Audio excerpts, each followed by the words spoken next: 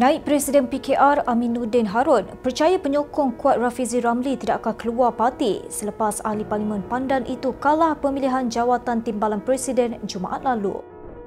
Menteri Besar Negeri Sembilan yang mengakui beliau sebahagian daripada orang kuat Menteri Ekonomi itu percaya kekecewaan dilalui tidak akan berpanjangan sehingga menjejaskan kestabilan parti sambil yakin situasi dalam PKR akan kembali pulih selepas ini. Pada pemilihan dalam Kongres Nasional PKR di Johor Bahru, Rafizi kalah kepada Nurul Izzah Anwar untuk merebut jawatan nombor 2 parti. Sementara itu, Amiruddin berkata PKR tidak boleh mengambil mudah pandangan dilontarkan rakyat, sebaliknya perlu merangka strategi dan memberikan penerangan dengan baik. Katanya walaupun pemilihan parti sudah berakhir, melihat di platform media sosial, pelbagai perkara masih diperdebatkan. Justru pimpinan PKR perlu perbaiki apa jua pandangan dan bekerja lebih kuat daripada apa yang ada sekarang dalam menuju pilihan raya.